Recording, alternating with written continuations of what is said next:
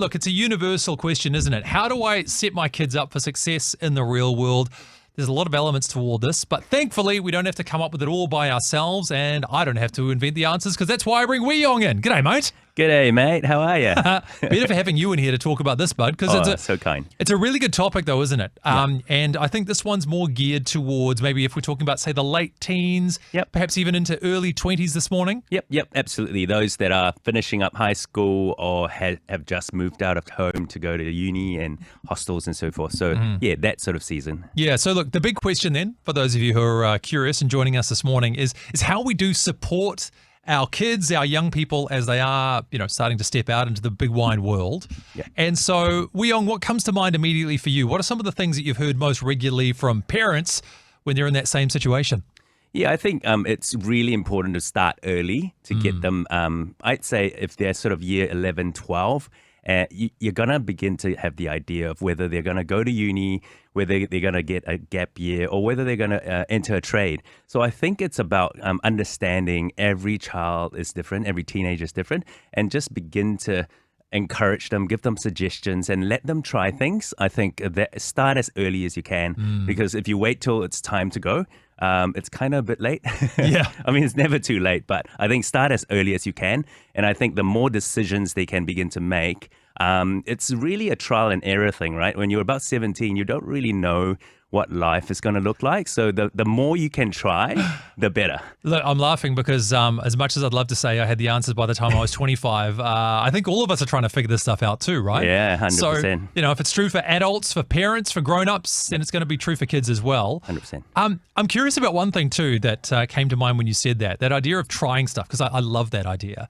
When it comes to, choosing a uni degree, for example, and stepping out into that, I mean, a lot of parents are concerned, what if my kid decides to start doing something and then they realize after a year, 2 years, heaven forbid, 3 years, and they've finished the degree, they actually don't want to work in that career path anymore.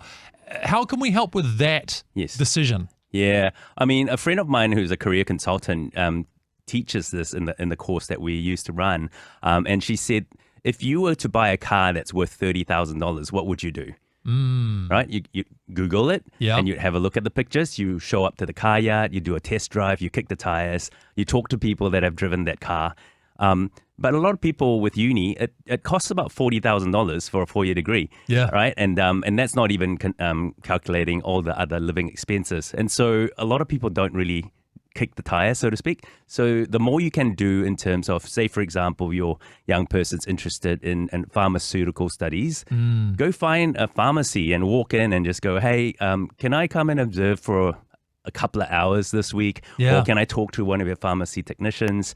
Whatever it might be, it's just proactively helping your young person check it out. Like if you want to be a radio DJ, right? Call Andrew. Yeah, show up. It's funny you say that too, because you reminded me of a conversation I had, and admittedly, I think I got into trouble at the time because I might have burst a bubble unintentionally. But people who want to be like lawyers, for example, and I'm picking on lawyers this morning, so forgive me if you will, everyone. But I think TV in particular gives you an idea of what being a lawyer is like, and people see these cool, suave people, and they're like, suits, suits, and these really like linguistic battles and all this kind of thing. But people who are actually in the legal profession will tell you it's a lot of hours reading and writing and reading again. And, if you are not suited to that kind of work, you wouldn't know that unless you talk to somebody who actually does it. Yeah, 100%. And I think also, when I started uni, I actually entered uni without knowing what I wanted to do because my first option failed. I wanted to be a medical doctor and I didn't have option B. I didn't get in and just narrowly missed out. And then literally my dad said, if you're going to live in my house, you're going to uni. I'm like, but, and 4 years later, 2 degrees, 4 majors, I still didn't know what I wanted to do. Yeah. And I just took the next step. I always say to young people that I mentor, always take the next step and give it 100%. Yeah. Because if you give it 100%, then the next opportunities will open up. And you never know. The next opportunity might be the exact thing that you feel, that is me. Yeah. But until you try it, you don't know what the opportunities are out there, especially in this era of, AI and technological changes. Sure. There's so many things out there to try. So it's quite exciting, actually, if you look at it that way. I remember learning in my own life that paying attention to the things that give you energy Yes. can be a nice little clue. So you might even do a job that you don't like for the most part. Maybe 80% of it you don't like, but you do find there's one part when you get to do one particular part of it, you go, Right. oh, but this I could do all day. Yes. And it might just give you a clue. It might not be the final destination, right? But it's Yes. the next step. Yes, correct. I mean, I just started a podcast yesterday and I interviewed a young lady that's 18 years old, started a biodegradable pot plant business. Wow. And Right. all the qualifications she had was she was a competitive gymnast. She didn't even well, really do the naturally. sciences. It's Well, because when I think of gymnasts, I think of, biodegradable pot 100%. plants. Yeah, it makes sense. But, her story, if you hear the podcast, it really is not linear. And it was just one step, one foot ahead of the other, and good support from the parents. And really, if you think about young people, they need older people like us to come alongside them and not laugh at their ideas, but actually go, hey, you know what? I've got your back. Give it a go. There's safety behind that. And I think often when they try things, it's really exciting because they've got the energy and the intelligence to go for it. Yeah, I love that. I want to bring back to something that you alluded to earlier that I know a lot of parents have questions about, and that is when their kids are studying. The question of, say, if they are staying at home, what should the rules be? Should there be things like rent or board or something like that? Because they're not high school students anymore, but they're not full-fledged adults yet. What do you think about that?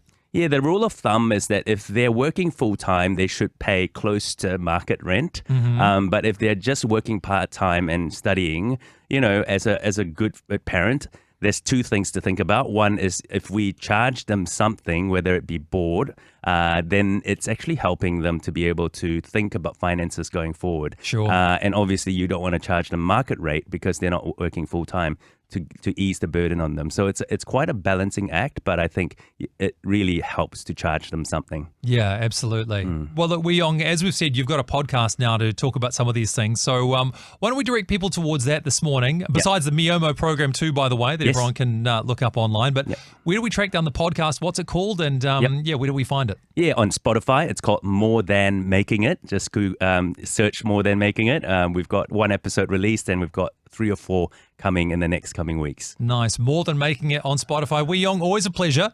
And if you've ever got questions for us, by the way, you're welcome to text them in 8168 with the first word Rhema. Let us know and we'll see if we can get to it in a future episode. But in the meantime, More Than Making It on Spotify with our mate Wee-Yeong. Always good to see you, bud. Thank you, Andrew. Amazing. I hope you enjoyed that as much as we did. Yeah, don't forget to like and subscribe and turn your notifications on so you don't miss the next video. We'll see you in the next one.